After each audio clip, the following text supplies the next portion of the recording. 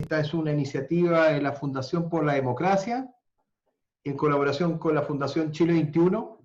Estamos dando inicio a este programa que nos va a acompañar con diálogos constitucionales durante todo el proceso constituyente y periódicamente, cada 10 días, cada semana, cada 2 semanas, nos vamos a estar encontrando con un contrapunto entre personas que son líderes de opinión, actores fundamentales del proceso constituyente, del área política, del área social, de manera que todos podamos estar conversando con ellos de una manera más directa, si uno quisiera, con una forma distinta, en la cual no hay una exposición de cada uno y un debate con una exposición de 20 minutos o 15 minutos, como a veces estamos acostumbrados, sino una conversación más afable, que nos permita acercarnos un poco más, como si estuviéramos en el living de la casa, como si estuviéramos en un salón todos juntos, y de manera que vamos a ir conversando con algunos temas y con duplas de personas, para tener este diálogo más directo. Y hemos partido con nuestro presidente de la Fundación por la Democracia y del Partido por la Democracia, que Heraldo Muñoz, y con el presidente de Renovación Nacional, Mario Desbordes, para tener este contrapunto. Vamos a estar 1 hora y tanto conversando, y en esta ocasión vamos a estar con la destacada cientista política Verónica Pinilla, que va a estar colaborando con nosotros en esta conversación de manera de ir colocando ciertos temas. Primero, reflexionar por qué se llama diálogos constitucionales. Recordemos que el origen griego de diálogos viene de Aristóteles, en que había una crítica a la conferencia.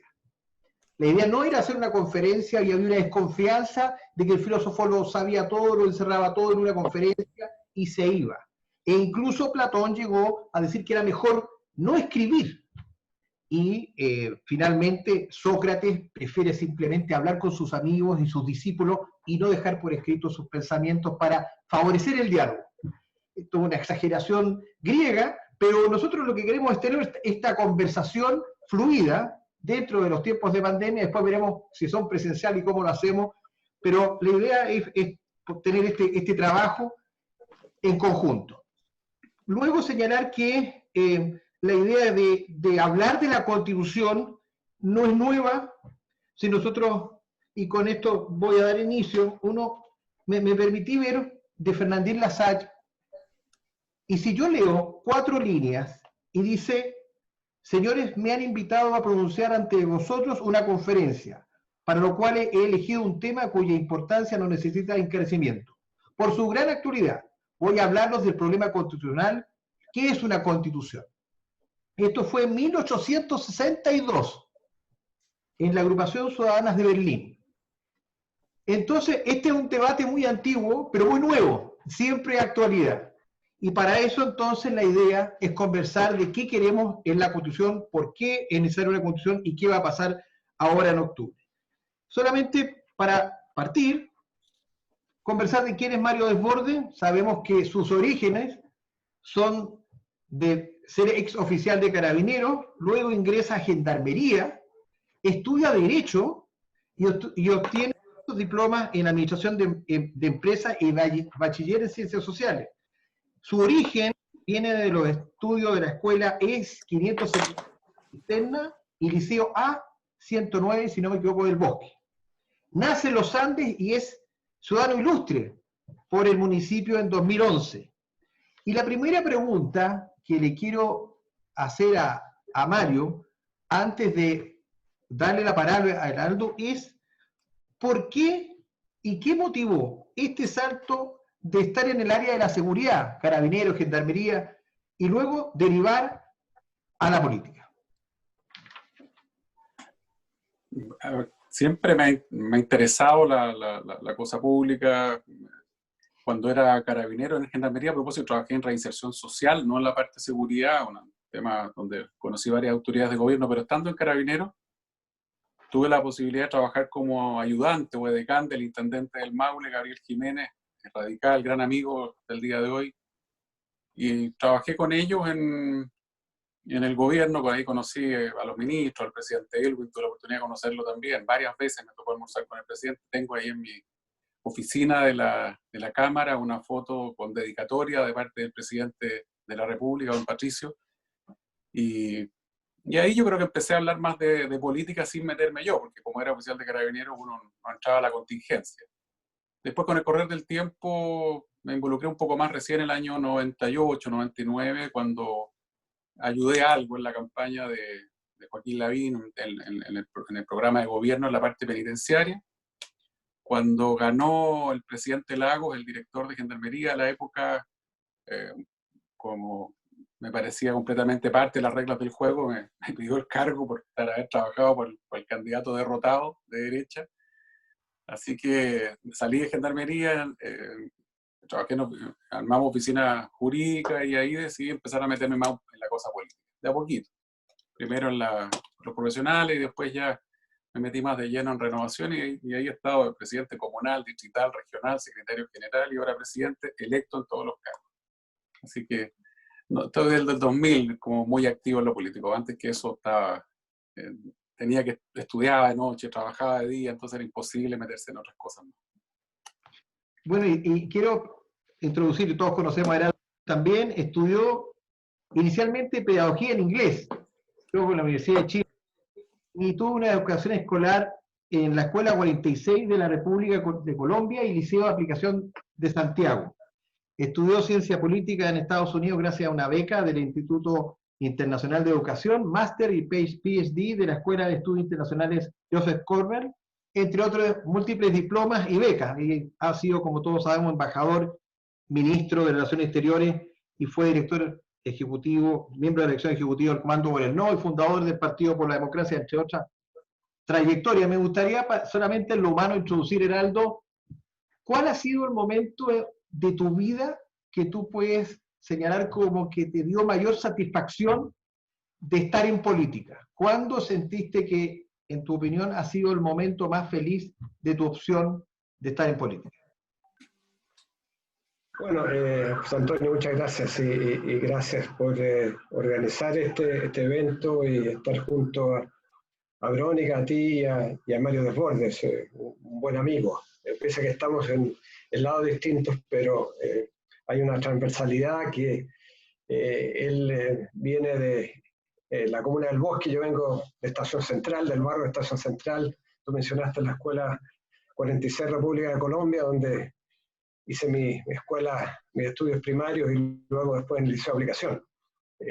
Todas escuelas con números. El Liceo de Aplicación era el liceo número 3 de aplicación. No sé cuál sería el momento más gratificante, pero quizás si tuviera que escoger tendría que ser como canciller de la República cuando ganamos un juicio histórico, el juicio en la Corte Internacional de Justicia, cuando Bolivia demandó a Chile nada menos aspirando a una parte del territorio nacional. Eso va a quedar en los anales de la diplomacia y los anales del derecho internacional como uno de los grandes, quizás el triunfo más grande en materia de juicios internacionales y logros diplomáticos de Chile. Así que el haber estado involucrado en eso, el haber sido canciller, prácticamente hasta el final tuvo el juicio, incluso que el propio presidente Piñera me hubiese pedido quedarme más allá del periodo de la presidenta Michelle Bachelet, justamente para ir a los alegatos finales. Fue para mí una sorpresa y, bueno, una expresión de lo que debiera ser una política de Estado. Así que probablemente eso, pero han habido otros episodios gratos también, pero sería muy largo enumerarlo. Así que me quedo con eso por ahora. Gracias, Heraldo.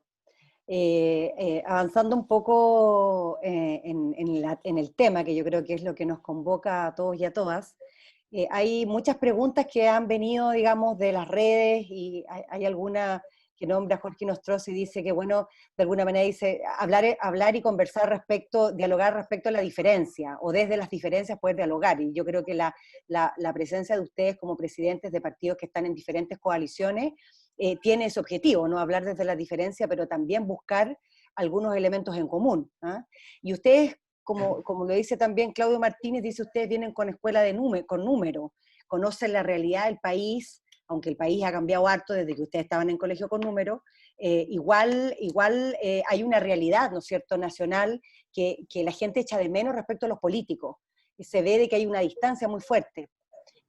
Antes que entremos al tema plebiscito propiamente tal, ¿cómo ven ustedes esta separación o esta falta de vinculación que los partidos han tenido durante largo tiempo, no en el último tiempo, ya hace un rato atrás, con una sociedad emergente, una sociedad que tiene movilidad social, pero una sociedad que también tiene requerimientos muy, muy, muy básicos, prioritarios, y que a veces desde el sistema político no lo logremos escuchar? Porque eso también tiene mucho que ver con el plebiscito, ¿no? Y tiene mucho que ver con la crisis que vivimos en octubre. Entonces, ¿cómo ven eso ustedes? Si quieres, Mario, partes tú primero.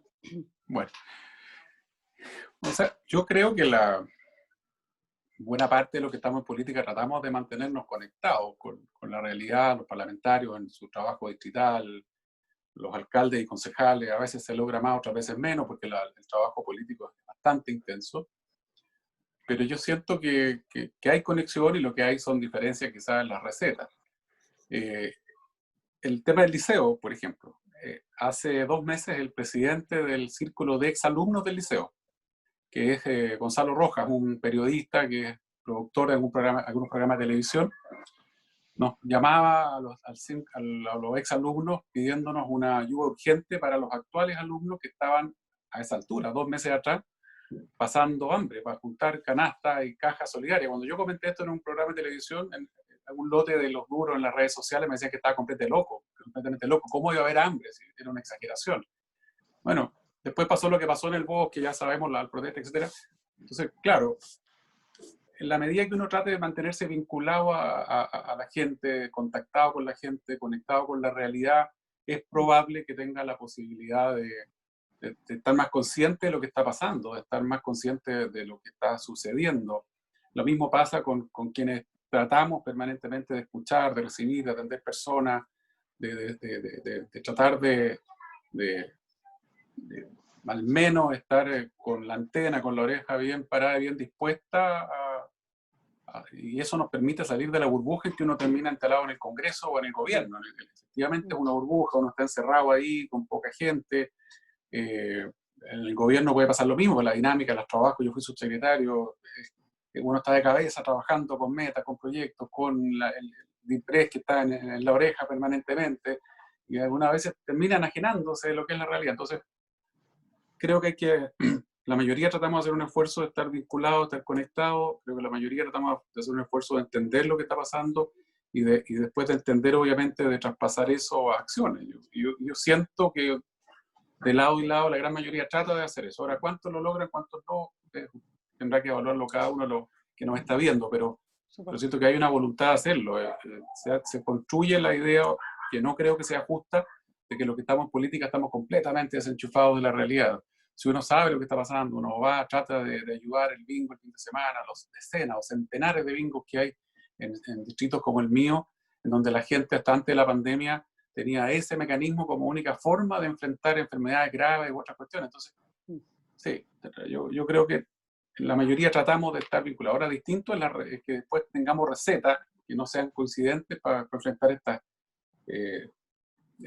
lo que escuchamos, lo que sentimos que está pasando y lo que la gente nos está pidiendo. Gracias, Mario. Dentro de la misma línea quizá de la cercanía con las personas y la división política, Heraldo.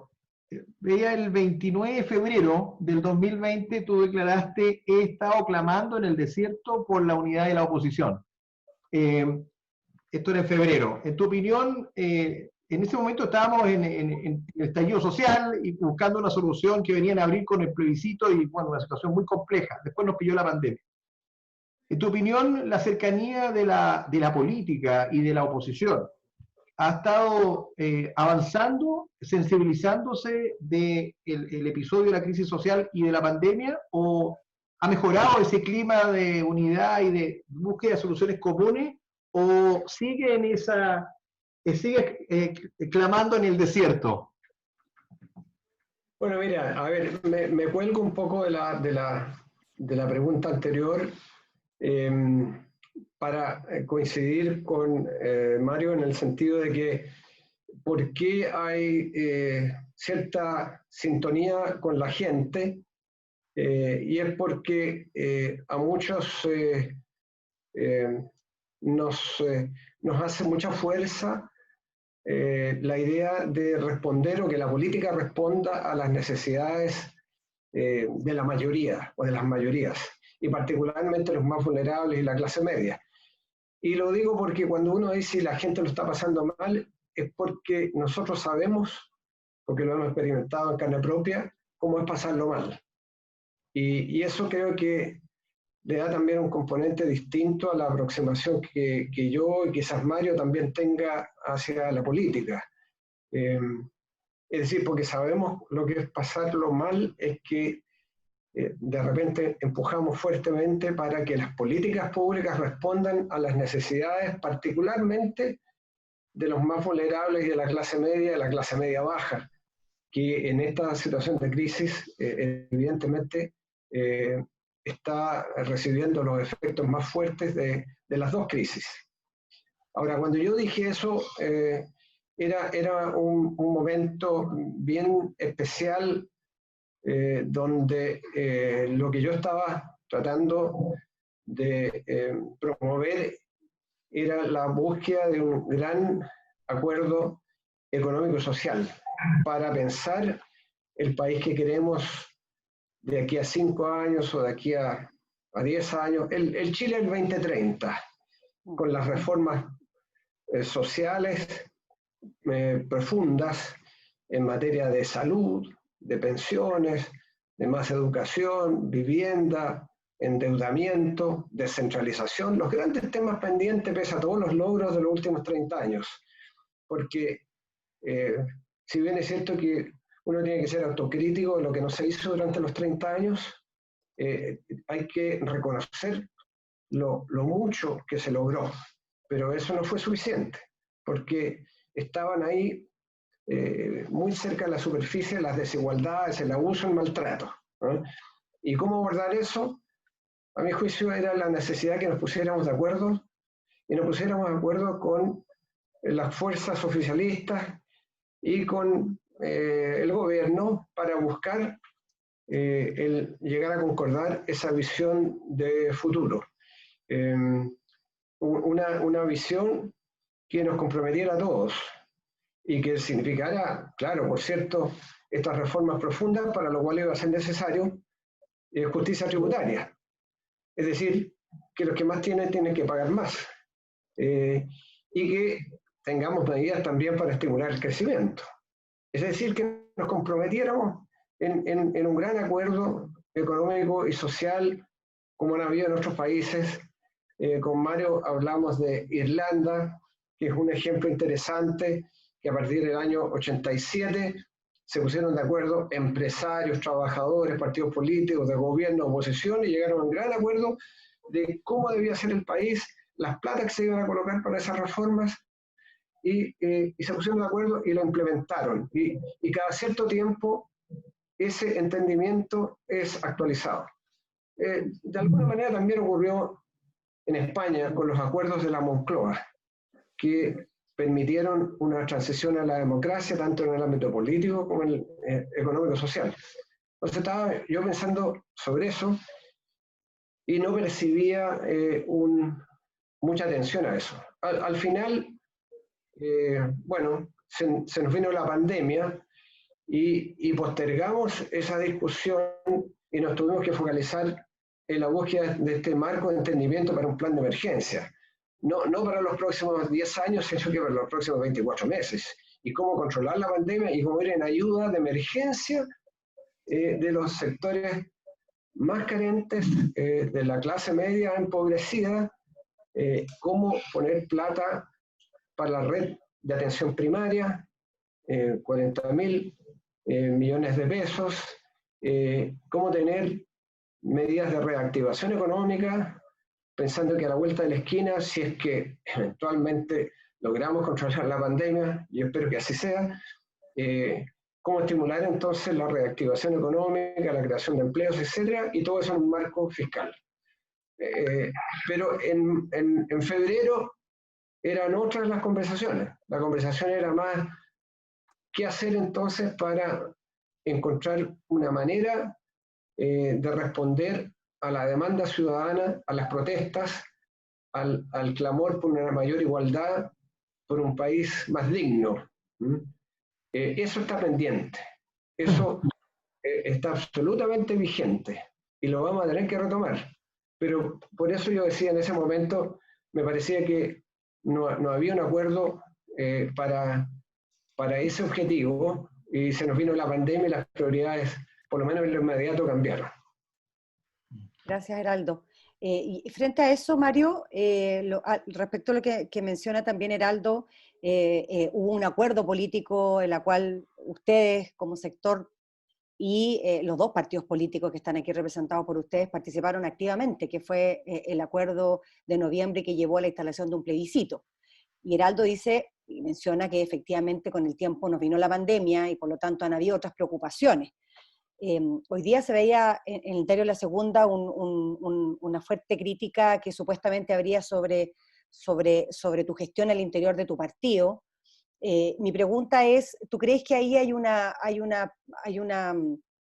reclamo sobre el rol que tú tuviste sobre ese plebiscito o sobre las ganas de seguir trabajando en ese plebiscito y respetar ese acuerdo? ¿Cómo ves tú eso? Porque claro, uno pudiera justificar, o algunos pudieran justificar que en el escenario que estamos no tendríamos que tener plebiscito. Entonces, ¿cómo tú ves esa viabilidad? Y segundo, al interior del plebiscito, como proceso, ¿cuáles son para ti esos elementos, como esas condiciones que menciona Heraldo que deberían estar incorporados, digamos, en esta discusión, en este debate, que son entre diferentes? Obviamente estamos en un momento complejo y buscar los acuerdos no es algo simple. Mira, hay obviamente oposición en algunos militantes de Renovación Nacional a mi gestión, eso es normal, pues nadie le puede caer bien a todo el mundo. Por eso, como somos un partido democrático, hay elecciones en noviembre y ahí cada uno tendrá que hacer su pega y presentar sus listas. Yo no tengo problema con eso. Hay un grupo más duro probablemente que esté relacionado sobre todo a mi opción por el apruebo y sobre todo en el haber firmado el acuerdo del 15 de noviembre. Han hecho trascender muchas cosas. Es verdad que yo en algún minuto tuve que ponerme firme y decir yo soy el presidente del partido y esto se firma. Es verdad, lo hicieron trascender ellos, no yo, pero porque tenía claro que era necesario el acuerdo. Se ha hecho una caricatura bastante triste de que el acuerdo no sirvió de nada, ¿cierto? Esto fue un fracaso porque la izquierda siguió acusando constitucionalmente, siguió votando en contra, y que además nunca llegó la paz, como dicen los lotes de derecha más duros y algunos también dentro del partido. Toda gente que se le olvida que hasta el 15 de noviembre o hasta el 14 el país estaba paralizado. Había miles de personas en las calles de manera pacífica, manifestándose todos los días de manera completamente legítima, pidiendo cosas razonables, cosas que además, demandas que eran completamente lógicas, porque son cosas ciertas.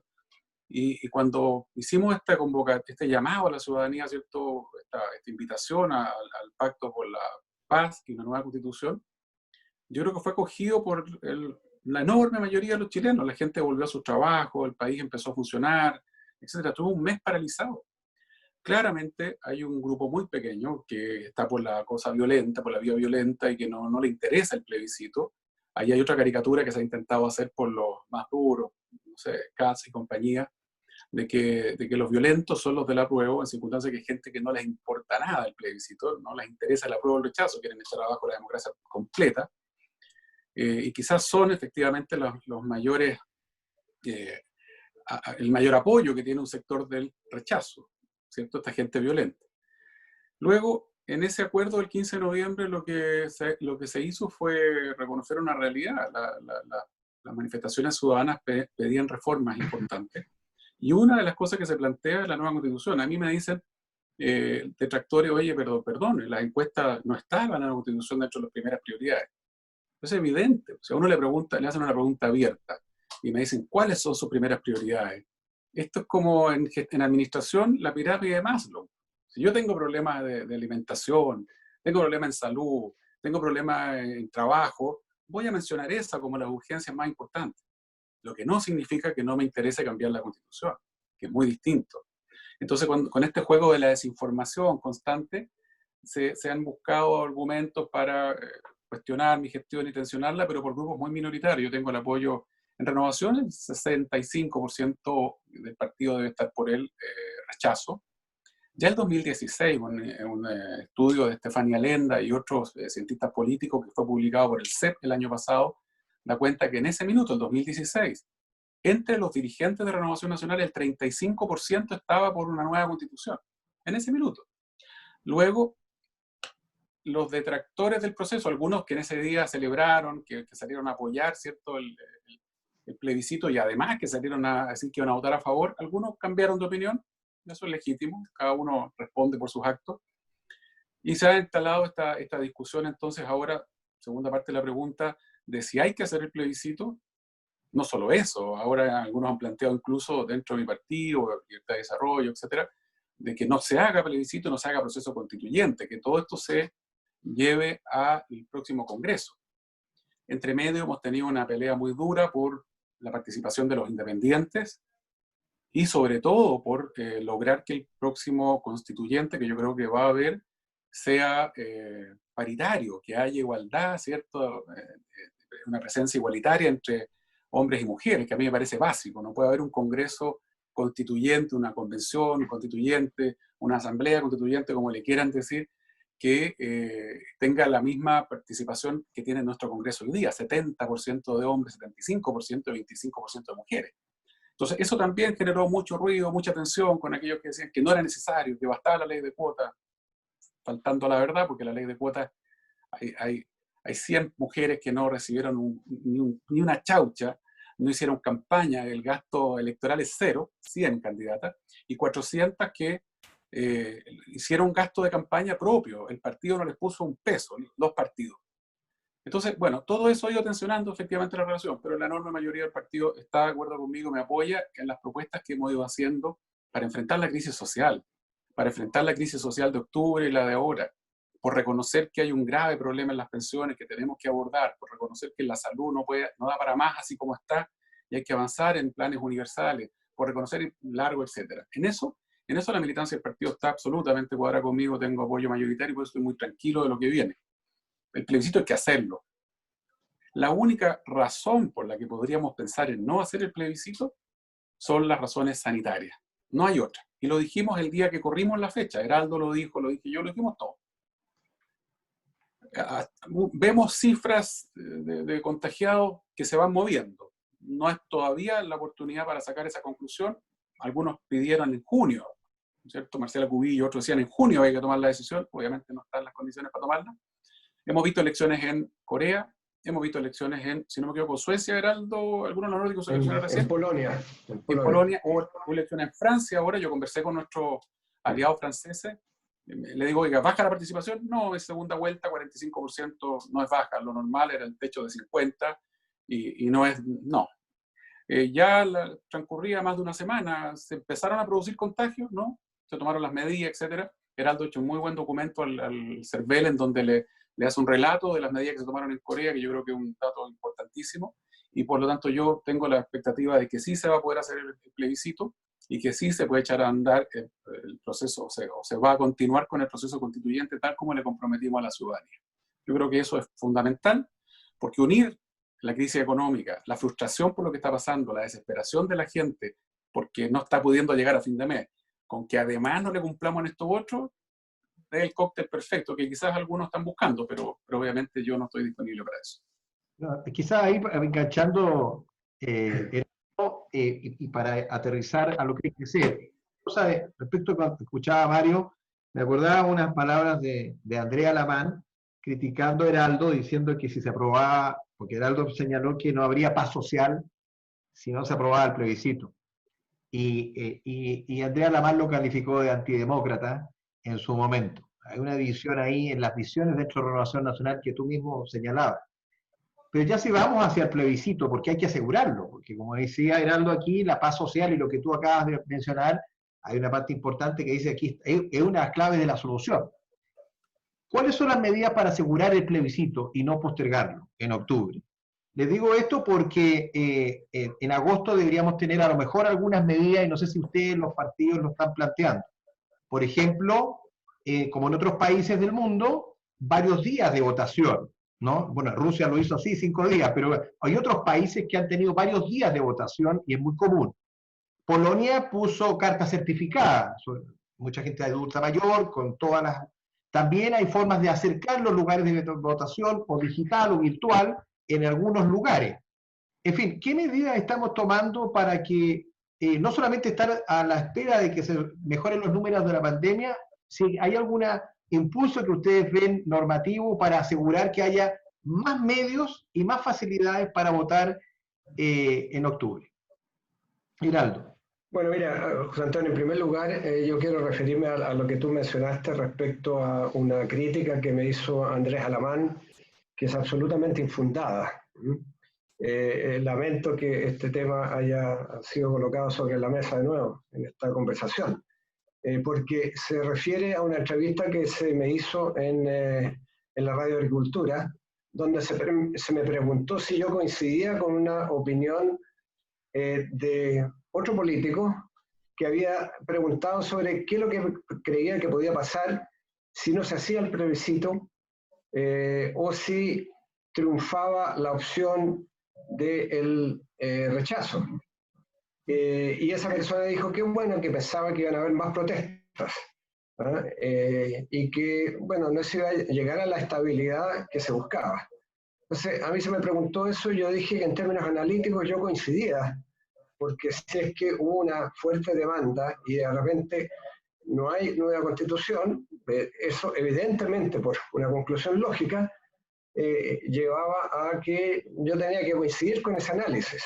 Y eso es bien distinto de estar proponiendo o ser una persona que está diciendo si es que yo no consigo una nueva constitución, lo que voy a promover es violencia o protestas cuando hay un proceso democrático. En un proceso democrático uno tiene que estar dispuesto a ganar o perder. Bueno, y se distorsionaron mis palabras y yo le llamé la atención a Andrés Alamán y debo decir que él se excusó conmigo sobre la materia. Entonces quiero dejar eso allá porque hay sectores de ultraderecha que han seguido buscando esta frase y repitiéndola, como si yo hubiera dicho aquello que fue meramente un análisis objetivo de lo que se me estaba preguntando la opinión de otra persona, por lo menos. Bueno, mira, respecto al tema de la Constitución, en primer lugar, yo creo que uno tiene que poner esto en una perspectiva. Esto no es cualquier elección. Los chinos hablan de un proverbio y dicen, ojalá que a usted le corresponda vivir tiempos interesantes. Porque el análisis detrás del proverbio chino era que en tiempos de paz o de armonía no pasan cosas interesantes. Los científicos no crean grandes inventos, no se hacen grandes investigaciones, los académicos y los artistas no cuentan grandes cosas porque no pasan muchas cosas. Y que son los tiempos históricos más complejos los que son realmente interesantes. Uno diría, a nosotros nos está tocando vivir tiempos sumamente interesantes, quizás demasiado interesantes, ¿no? Y uno de los elementos fundamentales es que después del 18 de octubre llegamos a un acuerdo, el 15 de noviembre, de tener una reforma constitucional, uno de cuyos elementos fundamentales era el plebiscito, ¿no? Y ese plebiscito no es cualquier elección, es un hecho histórico. ¿Y por qué digo que nos tocan vivir tiempos interesantes? Porque si uno mira las constituciones de Chile, la de 1833 fue hecha entre unos pocos hombres cuyos requisitos políticos para ejercer ciudadanía era tener propiedades o ingresos suficientes, donde se instaló solo la religión católica y cualquiera de las otras estaba absolutamente prohibida. Bueno, 1833, una constitución hecha a la medida de esos tiempos. 1925 Bueno, por lo menos ya la gente podía elegir directamente, porque en la de 1833 era un colegio electoral para que elegía un presidente. Y en 1925, producto de la tensión social de la época, Arturo Alessandri, tenemos una nueva constitución, pero hecha también entre hombres. Recordemos que las mujeres no ganan el derecho a voto hasta 1948, increíble, que Gabriela Mistral fue a Suecia a recibir el Premio Nobel de Literatura y ni siquiera podía votar en nuestro país. Finalmente, la Constitución de 1980, bueno, ¿para qué vamos a decir algo de esa Constitución? Entonces, esta es la primera vez que los chilenos y las chilenas vamos a tener la oportunidad de decir si queremos o no una nueva Constitución. Este es un hecho verdaderamente histórico, entonces somos una generación privilegiada la que vamos a poder ir, ojalá el 25 de octubre, a menos que haya una debacle sanitaria, que no se logre controlar la pandemia, y esa es la única situación en la cual nosotros podríamos decir, bueno, hay que postergar, como lo hicimos el 26 de abril de manera responsable, porque no era posible y nos pusimos de acuerdo en una mañana, y logramos entonces que se aprobara una nueva reforma constitucional postergando. Pero si no es así, si no está esa excepción excepcionalísima, hay que hacer el plebiscito, y esa tiene que ser una prioridad absoluta, porque es la única vía de canalizar todas estas demandas de una manera democrática, y eso es absolutamente fundamental. Y entonces un plebiscito de esta naturaleza no es comparable a cualquier otra elección. Y aún así, uno podría decir, en Corea del Sur, el 15 de abril, todavía había algo de coronavirus dando vuelta, pero el gobierno había logrado, con una actitud bien firme, había logrado controlar buena parte de la pandemia. Se hicieron las elecciones parlamentarias, 66,9% de participación. La participación mayor de la historia parlamentaria de Corea del Sur, con excepción del año 92. Y lo hicieron con un conjunto de medidas que después puedo enumerar, y que efectivamente Mario recuerda que yo mandé una carta el día 3 de mayo al presidente del Consejo, el CERVEL, con recomendaciones para planificar, empezar a planificar ya. En Polonia, hace una semana, la elección presidencial primera vuelta, 62,5 creo por ciento de participación. Y en Francia, que uno podría decir el caso más débil, poco más de 41%, entre 41 un poco más, pero en segunda vuelta municipal. Uno no va a comparar una elección municipal con un plebiscito histórico. Entonces, por eso a mí me parece que uno no puede comparar las dos cosas, y tenemos que entonces ahora asegurarnos de la prioridad que tenga el plebiscito. Y algunas de las medidas son bastante lógicas, digamos. Hay toda una discusión ahora, o sea, desde controlar la temperatura de quienes entran al recinto de votación, obviamente la distancia social, alcohol gel. Cualquier persona que tenga más de 37,5 grados de temperatura fueron colocadas en la experiencia de Corea del Sur en una mesa especial. La gente podía votar que tenía la temperatura alta, y sin embargo después de cada votación la mesa era sanitizada, se había sanitizado antes el local de votación, y mascarillas obligatorias, guantes desechables, etc. Entonces esto se puede hacer.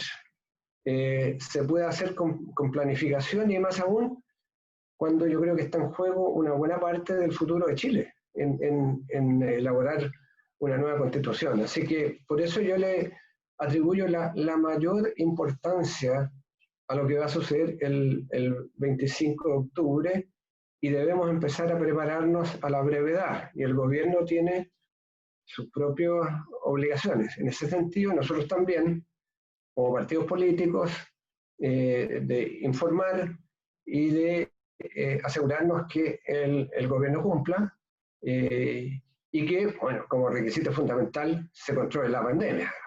Eso es evidente. Esa es la única reflexión que uno pudiera tener si es que estamos, no sé, fines de agosto y todavía la pandemia está desenfrenada. Bueno, ahí habrá que pensar cómo lo hicimos responsablemente antes del 26 de abril y lo postergamos. Pero una cosa es eso y otra cosa es buscar eso como una excusa para decir, no hagamos plebiscito o que el Congreso se constituya para redactar una constitución o que vamos directamente a la elección de los constituyentes sin la legitimidad de origen, digamos, del plebiscito. Todas esas alternativas son absolutamente inaceptables para mí porque esto fue una reforma constitucional y una reforma constitucional no tiene otra cosa que ser respetada. Gracias, Heraldo. Bueno, nos han llegado muchas preguntas, algunas de alguna manera le han ido respondiendo a ustedes.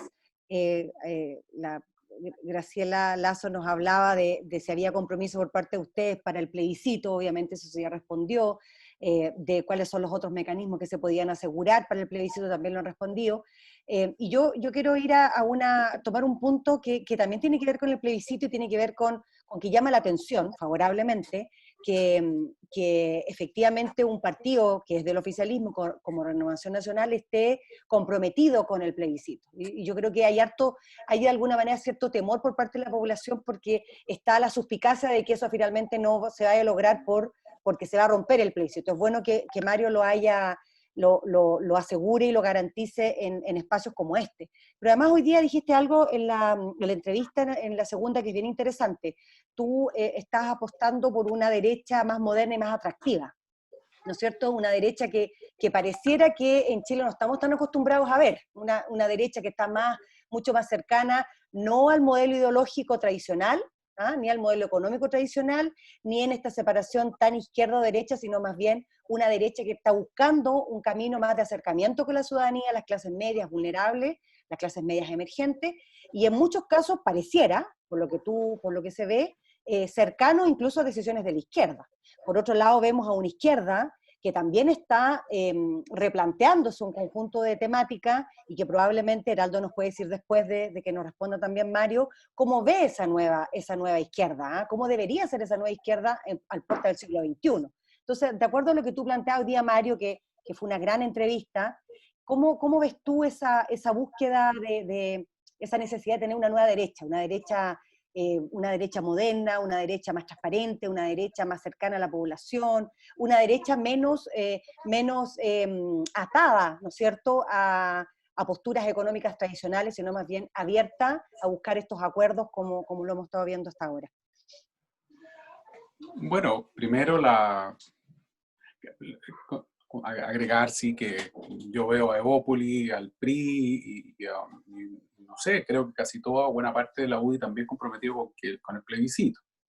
Luego, sí, estamos trabajando hace varios años por revivir lo que es otra visión, otra alma, otra forma de ver el mundo a partir de lo que nosotros creemos que es una derecha distinta, no más buena ni mejor ni nada, son distintas de aquella que por 3-4 décadas se ha querido instalar como la única visión de lo que es ser de centro derecha.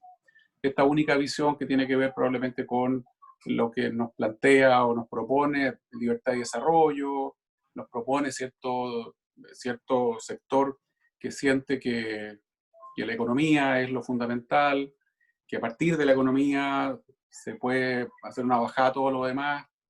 Hay un libro muy bueno de Daniel Mansuy, y nos fuimos quedando en silencio, del Instituto de Estudio de la Sociedad, donde aborda ese conflicto que hubo para llegar, ¿no es cierto?, a instalar como que había una sola derecha. El que no está de acuerdo con eso no es de derecha. Gente muy valiosa, como Lucía Santa Cruz suele decirnos en las columnas, ¿no? Me dice que algo nos aludió hoy día de nuevo, el Mercurio en su editorial, ¿no es cierto?, como que nos quiere mandatar, nos quiere plantear cuál es el camino que tenemos que seguir. Y yo ante eso respeto, pero me revelo. Habemos un sector de la centro derecha que creemos en la economía de mercado pero con apellido, economía social de mercado. En las discusiones previas al programa de gobierno, esto quizás, esto no se ha dicho, ¿eh? La primera vez que lo voy a comentar, pero hubo unas peleas enormes entre Hugo Herrera, Pablo Ortúzar, Daniel Mansuy y varios otros de nuestros referentes con ese otro sector. En los chats era impresionante, era la verdad tremenda pelea. Porque hay un sector que no acepta eso. Cuando hay una destacadísima economista que hoy día está en un muy alto cargo, que me decía que a ella le ardía y le picaba todo cuando nosotros le hablábamos de solidaridad. Cuando le planteamos que el principio de subsidiariedad no era solo en negativo, como aparece, ¿cierto?, en la mayoría de los textos. Que no estábamos de acuerdo con lo que en nuestro gobierno pasó. Si uno mira las manifestaciones sociales que hubo el primer gobierno del presidente Piñera, ¿cuál fue la reacción de buena parte de la academia de centro derecha? Sacar un libro donde dicen que no es cierto que haya problemas con las pensiones, no es cierto que haya problemas con la salud, no es cierto que haya problemas con la educación, que todo eso es ficticio, que somos la mejor educación de América Latina, que es cierto según algunos estándares, que tenemos la mejor salud del mundo, etc. Esa es la reacción de un sector. Nosotros, al contrario, reconocer que sí existen esos problemas, que sí están, lo que no significa tomar herramientas de la izquierda, que eso es distinto, que es, ¿cierto?, es la descalificación que se me ha querido hacer en esta última semana. Tuve la posibilidad de tomar un café con el número 1 de la Konrad Adenauer a nivel mundial en finales de enero, estuvo de visita en Chile, y conversamos más de 2 horas, y él me decía que no podía creer que acá nos dijeran que era de izquierda plantear un sistema mixto de pensiones, en los términos que lo estábamos planteando. Cuando en Alemania esa era una propuesta de la derecha, no de la izquierda. Así puedo citar 20, 30 ejemplos en donde aquí en Chile algunos han querido instalar la idea de que la derecha defiende solo esto y no puede pasar, ¿cierto?, no puede pensar en solidaridad, no puede entender, no puede buscar, ¿cierto?, el encontrarle o el exigir una mirada humana a las políticas públicas. El economicismo que ha estado en discusión estos días por Hugo Herrera con algunos personeros en columnas de opinión, no es otra cosa que el querer mirarlo todo y después reducirlo todo y ojalá planificarlo todo a partir de la economía. Y eso es legítimo, si tiene derecho a pensarlo así, más de algunos. Pero no estamos de acuerdo en un sector importante de la centro-derecha y queremos un poco, y no vamos a inventar nada nuevo, y es la discusión entre la Escuela de Chicago y Friburgo. Queremos mirar, ¿cierto?, hacia formas exitosas de plantarse a partir de la centro-derecha como la que tiene hoy día alguien que yo creo que para mí es un tremendo referente como la presidenta Merkel, como nuestros liderazgos aliados en España, etc. Está esa discusión, efectivamente, y se va probablemente también a ver reflejada en la constituyente, donde va a haber una tensión razonable entre distintos sectores del espectro político, y esos distintos sectores van a producir tensión, y en la derecha va a haber un sector que va a querer, no sé, mantener el modelo económico instalado en la Constitución. Que la subsidiariedad sea solo, aunque en la Constitución está en una línea, no hay ningún desarrollo, pero solo sea en negativo. No se puede plantear la otra, la verdadera, la histórica, el principio de subsidiariedad, etc. Es parte de la discusión hoy día, Verónica, y tenemos que darla, y yo feliz de la vida, no tengo problema en eso. Yo creo que eso nos permite, tú preguntabas por los acuerdos, eso nos permite conversar con Heraldo Muñoz y conversar de buena fe y tener reuniones en donde hemos tratado de buscar puntos de acuerdo, de consenso, Heraldo a partir de lo que él cree, yo a partir de lo que yo creo, y viendo en qué podemos ceder uno u otro para llegar finalmente a lo que la gente nos está pidiendo a grito. Pónganse de acuerdo, traten de llegar a acuerdo. Casi me pegaron por una reunión que tuve en el Congreso con Heraldo y algunos presidentes del partido de la oposición por allá por el primero día de febrero, y lo único que hicimos al juntarnos fue ver cómo podíamos empezar a conversar, ¿cierto?, un acuerdo, un pacto social. Mira el pecado que cometimos. Hoy día, a la luz de lo que acaba de pasarnos con esta crisis, con bajar, ¿cierto?, varios peldaños de pacto social a acuerdo económico y social, no cabe duda que teníamos toda la razón del mundo en esa conversación tan vapuleada en su minuto.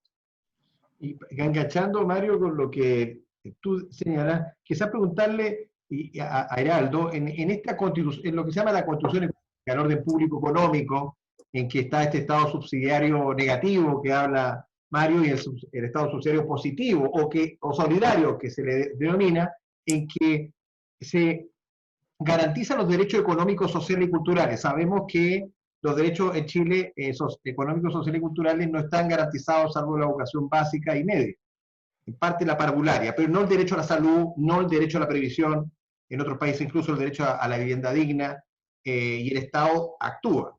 ¿Tú crees, Geraldo, que en esa búsqueda de ese Estado solidario y el modelo económico que se pueda cambiar de la Constitución del 80, marcadamente liberal, de mercado, y que solamente por la vía de la interpretación, de la hermenéutica que se llama, se ha logrado ciertas conquistas más prestacionales, ¿tú crees que el modelo económico logrará un acuerdo tan amplio como se necesita en una constitución para llegar hasta dónde del mundo de la centro izquierda? ¿Cuál es tu visión respecto, si quizás Mario tiene por un lado una parte del partido que desnudaba en su relato, hasta dónde crees tú que nosotros podemos llegar en la centro izquierda para lograr ese gran pacto que requiere la Constitución con esos quórum tan altos para poder dar una ruta de largo aliento?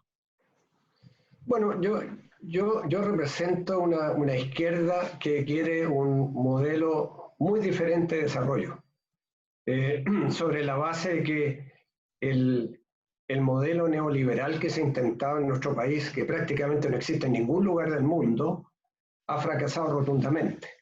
Y lo que hay que buscar es un modelo distinto de desarrollo. Desde la izquierda que yo pretendo representar con otros, es apuntar a un estado de bienestar, donde los derechos estén asegurados, donde tengamos las posibilidades de crecimiento, pero no de cualquier crecimiento, sino que de un crecimiento sustentable, un desarrollo sustentable, porque si es que no hemos aprendido nada de esta pandemia, por lo menos que hubiéramos aprendido una cosa, es la nueva relación que tiene que haber entre el ser humano y la naturaleza, de modo de tener un desarrollo sustentable, un desarrollo armónico con la naturaleza, que signifique economías circulares, que apunten a poner las platas en la innovación, en la síntesis de la tecnología, en las energías renovables no convencionales, en el agua como un derecho, un conjunto de materias que a mí me parecen absolutamente fundamentales, pero que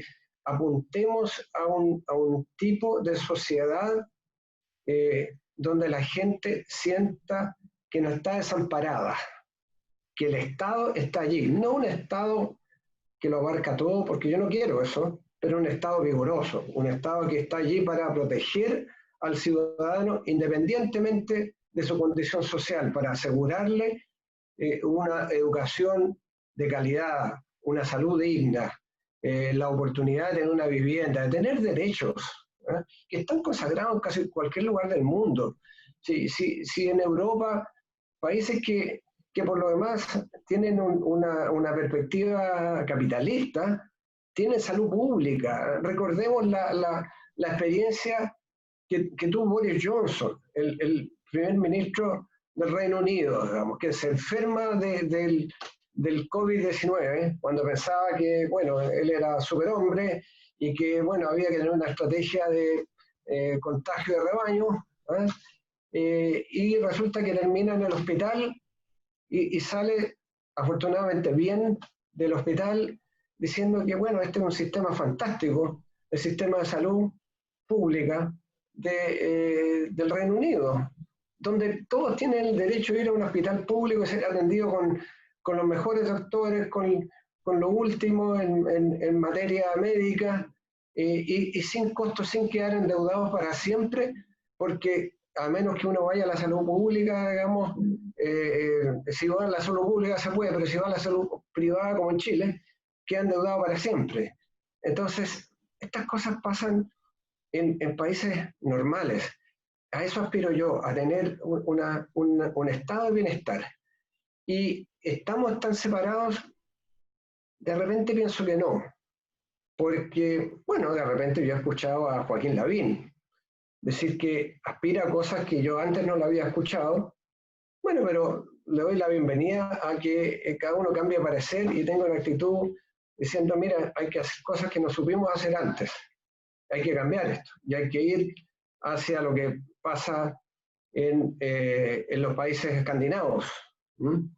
O el expresidente del Banco Central, Rodrigo Vergara, que en una entrevista del fin de semana dice, bueno, yo creo que inevitablemente vamos a tener que tener una reforma tributaria para sostener un estado de bienestar, dice, para que Chile se parezca a países como Nueva Zelanda y Australia. Eso lo dice el presidente del Banco Central, que además tiene un papel importante en el CEP.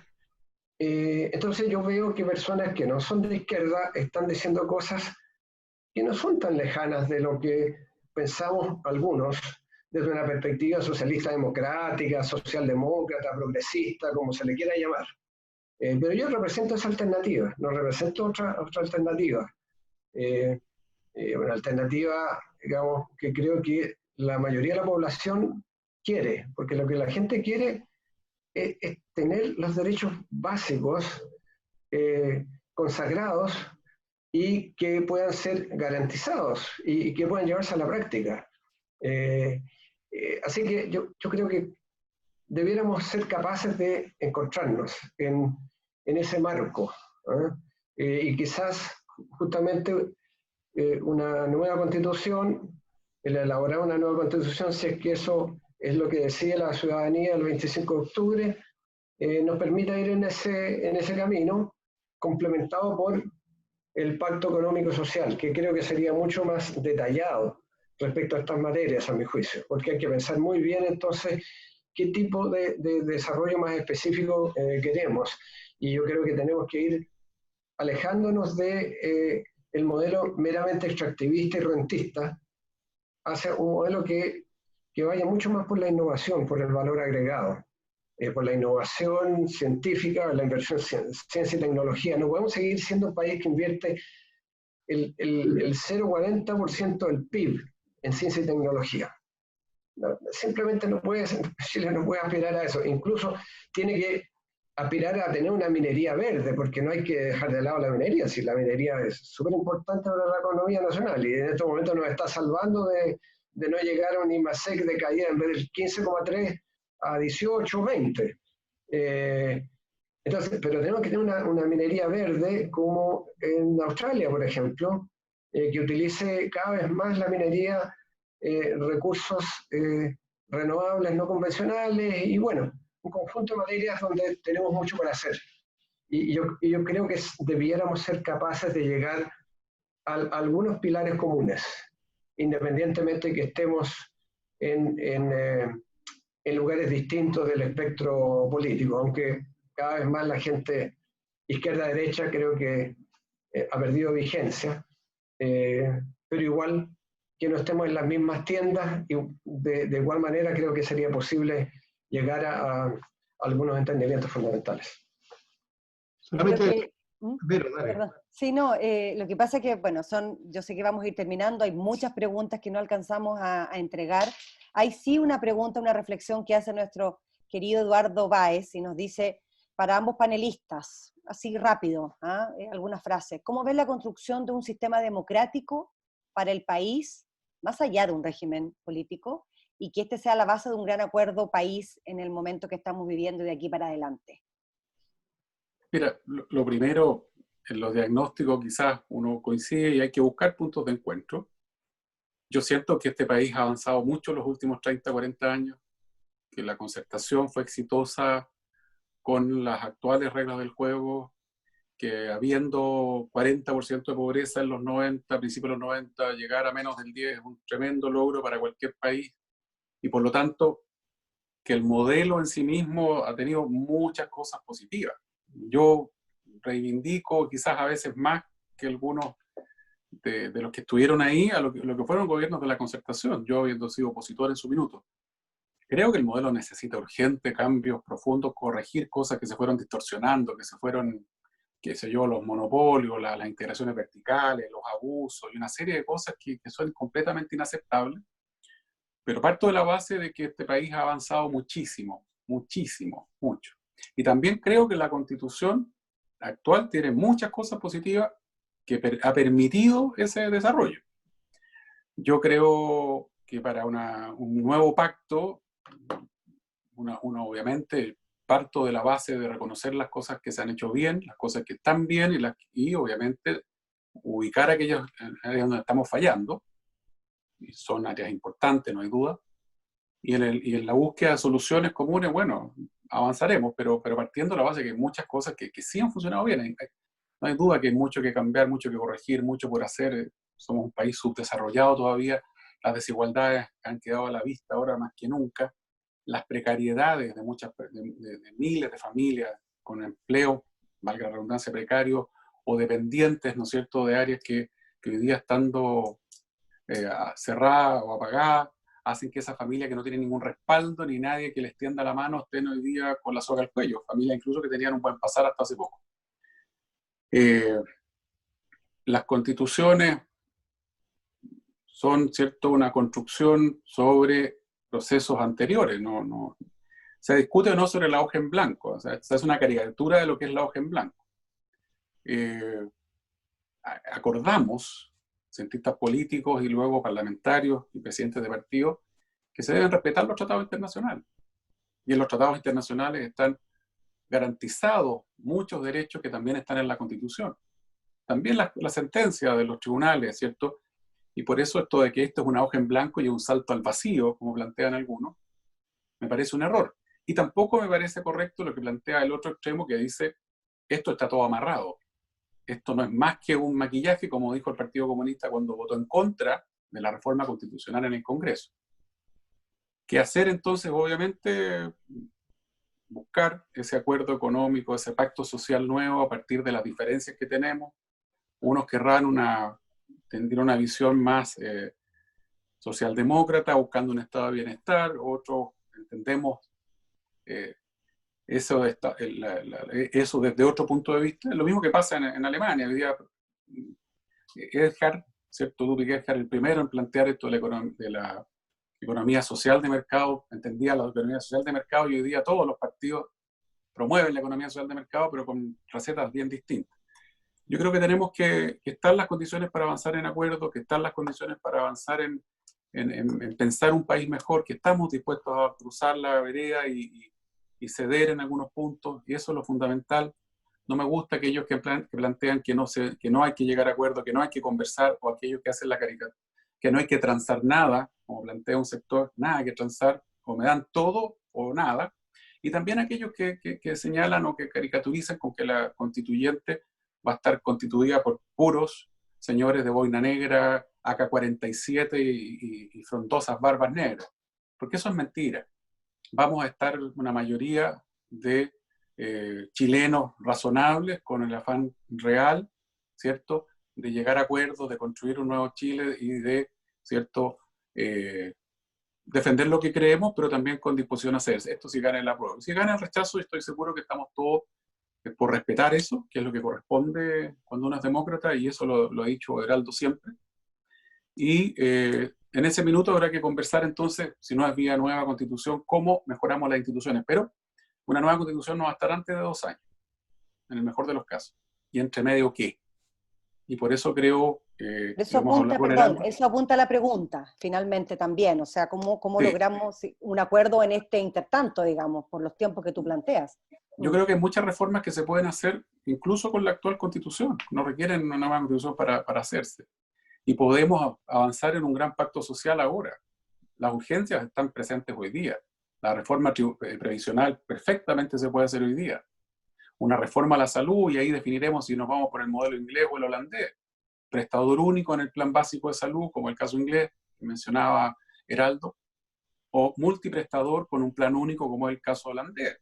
2 alternativas de 2 países que le garantizan el bienestar a sus ciudadanos y que tienen 2 fórmulas distintas para llegar al mismo resultado, que es el plan único garantizado, salud básica, mínima, de alto estándar para todos sus habitantes. eso se puede pactar, yo creo que se puede acordar hoy día si tenemos la mejor voluntad. Ojalá no entremos en el que carrusel de elecciones que se nos viene el próximo año no nos lleve a la dinámica típica de año electoral en donde nada se puede conversar, nada se puede acordar y todo se transforma en una pelea por los medios de comunicación pensando en la elección que viene. Pero ojalá pudiera hacerse eso, falta mucho todavía para que tengamos, si es que gane el apruebo, una nueva constitución y entre medio hay que hacer hartos cambios porque creo que la gente no ha dimensionado cuánto falta para eso y no sé si la ciudadanía tiene o puede esperar tanto para muchas de las cosas que se nos pusieron sobre la mesa hace unos meses atrás. Solamente para terminar, una pregunta para ambos y con eso vamos a ir culminando. Toda la discusión que ha existido para tratar de llevar ciertos proyectos adelante y que han sido iniciativa parlamentaria. Los beneficios para las mujeres, para el postnatal, el corte de los prohibir el corte de los servicios básicos durante el tiempo de la crisis, los mismos planteamientos que haces tú, Mario, y que Heraldo ha planteado varias veces. ¿Ustedes piensan que el tema constitucional, que es un bloqueo, en gran parte también porque son todos proyectos que tienen que nacer del Ejecutivo, salvo que sean reformas constitucionales que requieren un alto quórum y no son materias propiamente constitucionales?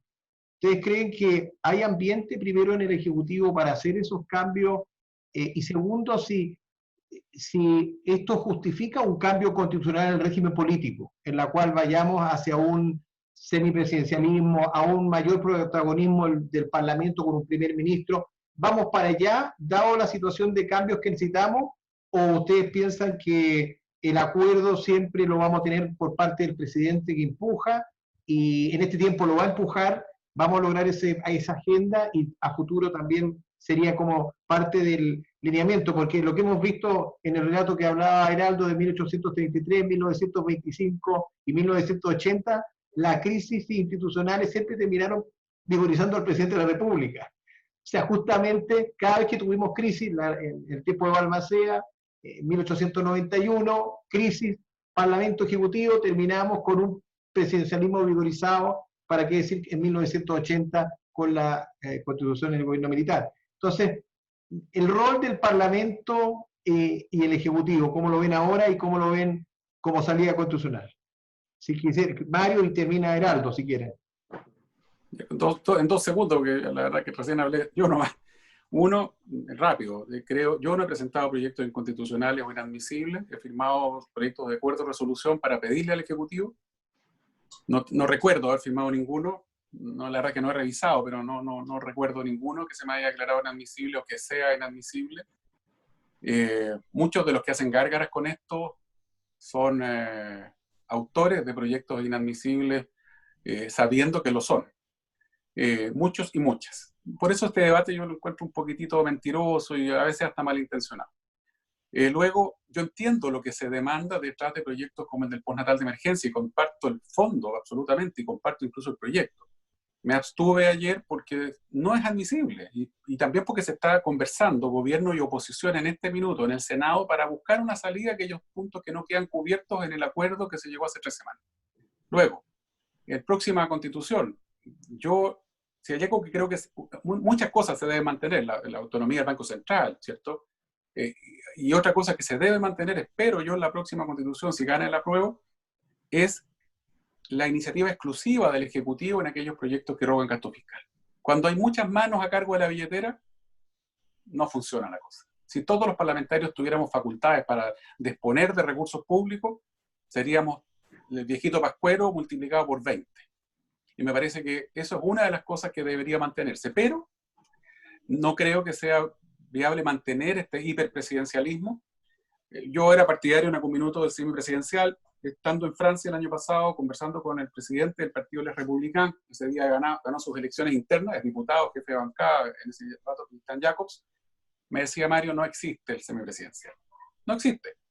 Porque cuando el gobierno, el presidente, tiene mayoría en el Congreso, el sistema es presidencial, puro y duro. El presidente es el jefe de Estado, se acabó la discusión, manda, prohíbe, permite, si tiene mayoría en el Congreso. Cuando el presidente tiene minoría en el Congreso, el sistema pasó a ser parlamentario. Pero la verdad, me dice, yo llevo parlamentario estos años, había varios parlamentarios más. Nosotros estamos orgullosos de nuestro sistema presidencial, pero no existe. Yo iría más por una lógica más moderada, quizás como la de los Estados Unidos, entre gobierno federal y Congreso, en donde hay un poder importante en el Congreso, hay un contrapeso real, porque es evidente que, por mucho que sea antigua, ¿cierto?, nuestra teoría y nuestra idea del contrapeso entre poderes y de la separación de poderes para que se puedan hacer estos contrapesos es fundamental, y no hay duda que tiene que haberla entre ejecutivo y legislativo. No puede ser un buzón del ejecutivo el proyecto legislativo, y creo que debe mantenerse la facultad colegisladora del ejecutivo. Geraldo. Bueno, a ver, voy a tratar de responder a la pregunta que quedó dando vuelta de antes que hizo Eduardo Báez, de si es posible, bueno, un acuerdo democrático a la brevedad. Yo creo que lo único que yo me imagino es que será alrededor del proceso constitucional. Y algo de eso hemos avanzado. Y aquí hay tres aspectos que me parecen muy importantes. Primero, la participación de las mujeres en el proceso constituyente, y ahí ya llegamos a acuerdos muy significativos que por primera vez establecen la paridad, pero no hemos llegado a acuerdos tan claros respecto a las oportunidades iguales, aunque yo creo que avanzamos bastante, pero no lo hemos consagrado totalmente, a las oportunidades iguales de los independientes, de poder competir en igualdad de condiciones con las listas de partidos, y a los escaños reservados para los pueblos indígenas. A eso no hemos llegado a acuerdo.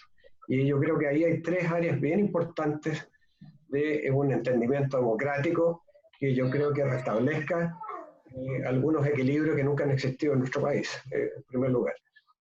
Respecto al resto de las preguntas, bueno, respecto a la admisibilidad, a mí me llama mucho la atención que el presidente de la República haya puesto sobre la mesa esta propuesta de crear un comité de expertos, idea que no ha ido para ningún lado, porque francamente él tiene las herramientas. Si él quiere decir de que una moción o una ley no está de acuerdo con la Constitución, él tiene ya sea el veto o bien tiene el recurso al Tribunal Constitucional.